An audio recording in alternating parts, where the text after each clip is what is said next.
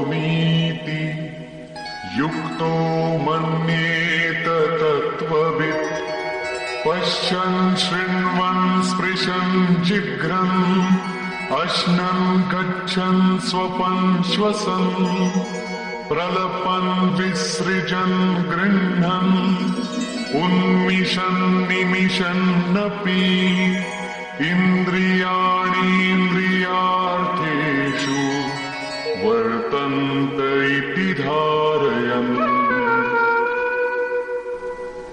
परम तत्व परमात्मा को साक्षात्कार सहित जानने वाले योग युक्त पुरुष की ये मन स्थिति अर्थात अनुभूति है कि मैं किंचित मात्र भी कुछ नहीं करता हूं। ये उसकी कल्पना नहीं बल्कि ये स्थिति उसने कर्म करके पाई है। अब प्राप्ति के पश्चात वो सब कुछ सुनता हुआ, स्पर्श करता, सूंघता, भोजन करता, गमन करता, सोता, श्वास लेता, त्याग करता, ग्रहण करता, आंखों को खोलता और मीचता हुआ भी इंद्रियां अपने अर्थों में बरतती हैं। ऐसी धारणा वाला होता है परमात्मा से बढ़कर कुछ है ही नहीं, और जब उसमें वो स्थित ही है तो उससे बढ़कर किस सुख की कामना से वो किसी का स्पर्श इत्यादि करेगा। यदि कोई श्रेष्ठ वस्तु आगे होती तो आसक्ति अवश्य रहती, किंतु प्राप्ति के बाद अब और आगे जाएगा कहां और पीछे त्यागेगा क्या? इसलिए योग युक्त पुरुष लिप्त नहीं होता। इसी को एक उदाहरण के माध्यम से प्रस्तुत करते हैं। ब्रह्मण्याधाय कर्माणि संगं त्यक्त्वा करोति यः लिप्यते न स पापेन पद्मपत्रमिवाम्भसा। कमल कीचड़ में होता है, उसका पत्ता पानी के ऊपर तैरता है, लहरें रात दिन उसके ऊपर से गुजरती हैं, किंतु आप पत्ते को देखें सूखा मिलेगा, जल की एक बूंद भी उस पर टिक नहीं पाती। कीचड़ और जल में रहते हुए भी वो उससे लिप्त नहीं होता। ठीक इसी प्रकार जो पुरुष सब कर्मों को परमात्मा में विलय करके साक्षात्कार के साथ ही कर्मों का विलय होता है, इससे पूर्व नहीं। आसक्ति को त्याग करके अब आगे कोई वस्तु नहीं, अतः आसक्ति नहीं रहती, इसलिए आसक्ति को त्याग कर कर्म करता है। वो भी इसी प्रकार लिप्त नहीं होता। फिर वो करता क्यों है? आप लोगों के लिए, समाज के कल्याण साधन के लिए, पीछे वालों के मार्गदर्शन के लिए। इसी पर बल देते हैं। कायेन मनसा बुद्ध्या केवलैरिन्द्रियैरपि योगिनः कर्म कुर्वन्ति संगं त्यक्त्वात्मशुद्धये। योगी जन केवल इंद्रिय, मन, बुद्धि और शरीर द्वारा भी आसक्ति त्याग कर आत्मशुद्धि के लिए कर्म करते हैं। जब कर्म ब्रह्म में विलय हो चुके तो क्या अब भी आत्मा अशुद्ध ही है?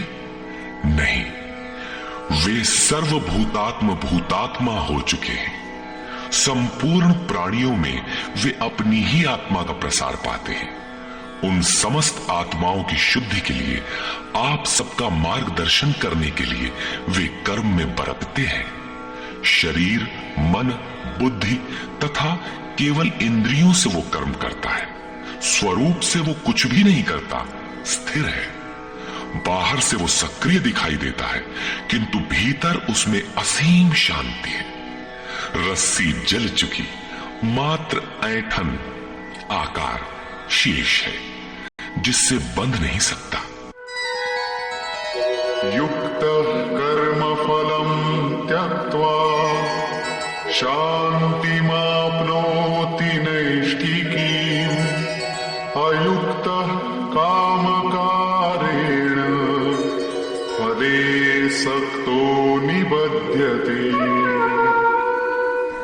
योग युक्त अर्थात योग के परिणाम को प्राप्त पुरुष जो सब प्राणियों के आत्मा के मूल परमात्मा में स्थित है, ऐसा योगी कर्म के फल को त्याग कर, कर्मों का फल परमात्मा उससे भिन्न नहीं है, इसलिए अब कर्म फल को त्याग कर नैष्ठिकीं शांतिम आपनोति, शांति की अंतिम अवस्था को प्राप्त होता है, जिसके आगे कोई शांति शेष नहीं है, जिसके पश्चात वो कभी अशांत नहीं होता।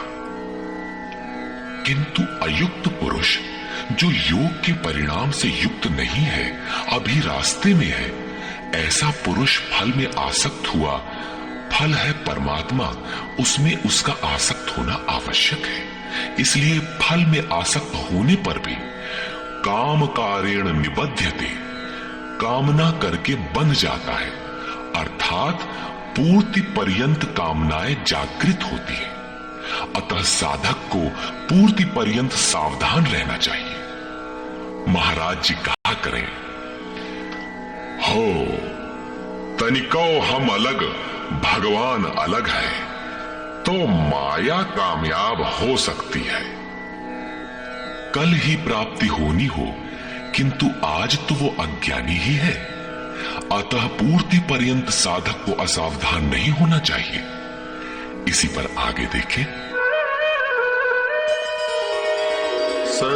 सर्वकर्माणि मनसा सन्न्यस्यास्ते सुखं वशी, नवद्वारे पुरे देहि नैव कुर्वन्न कारयन्।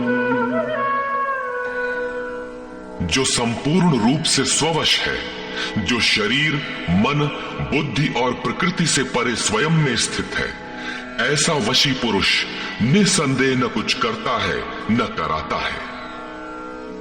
पीछे वालों से कराना भी उसकी आंतरिक शांति का स्पर्श नहीं कर पाता।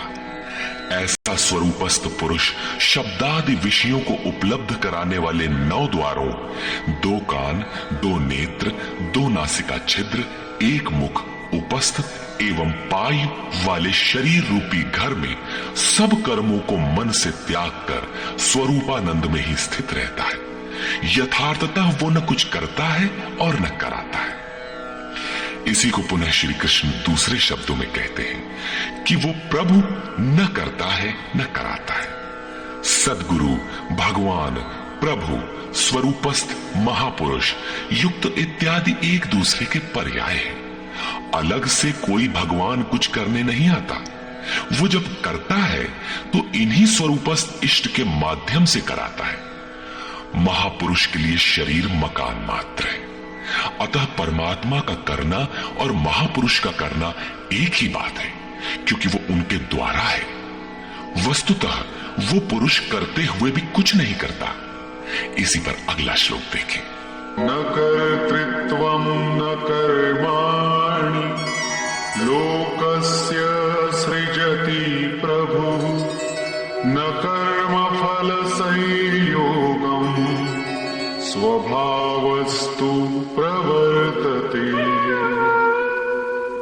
वो प्रभु न तो भूत प्राणियों के कर्तापन को, न कर्मों को और न कर्म फलों का संयोग ही बैठाता है, बल्कि स्वभाव में स्थित प्रकृति के दबाव के अनुसार ही सभी बरतते हैं। जैसी जिसकी प्रकृति सात्विक, राजसी अथवा तामसी है, उसी स्तर से वो बरतता है।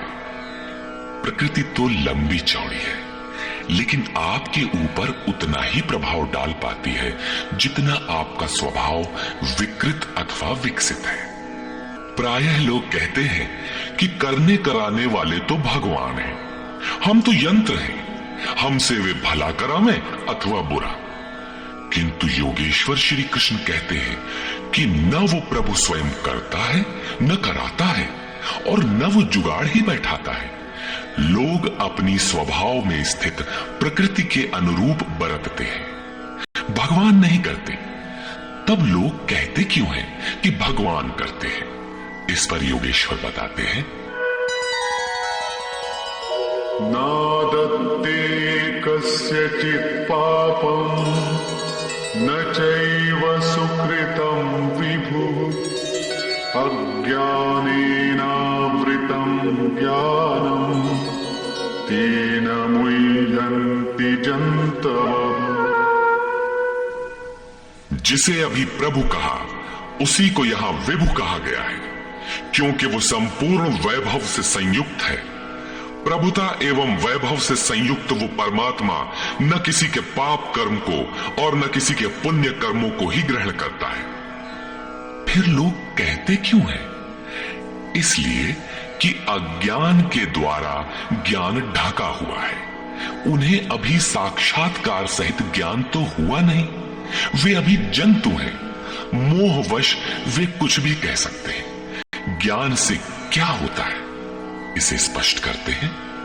ज्ञानेन तु तदज्ञानम् येषां नाशितमात्मनः तेषामादित्यवज्ज्ञानम् प्रकाशयति तत्परम्। जिनके अंतःकरण का वो अज्ञान जिसने ज्ञान को ढक रखा था, आत्म साक्षात्कार द्वारा नष्ट हो गया है, और इस प्रकार जिसने ज्ञान प्राप्त कर लिया है, उनका वो ज्ञान सूर्य के सदृश उस परम तत्व परमात्मा को प्रकाशित करता है। तो क्या परमात्मा किसी अंधकार का नाम है? नहीं, वो तो स्वयं प्रकाश रूप दिन राति स्वयं प्रकाश रूप है तो, किंतु हमारे उपभोग के लिए तो नहीं है, दिखाई तो नहीं देता। जब ज्ञान द्वारा अज्ञान का आवरण हट जाता है तो उनका वो ज्ञान सूर्य के सदृश परमात्मा को अपने में प्रवाहित कर लेता है। फिर उस पुरुष के लिए कहीं अंधकार नहीं रह जाता। उस ज्ञान का स्वरूप क्या है?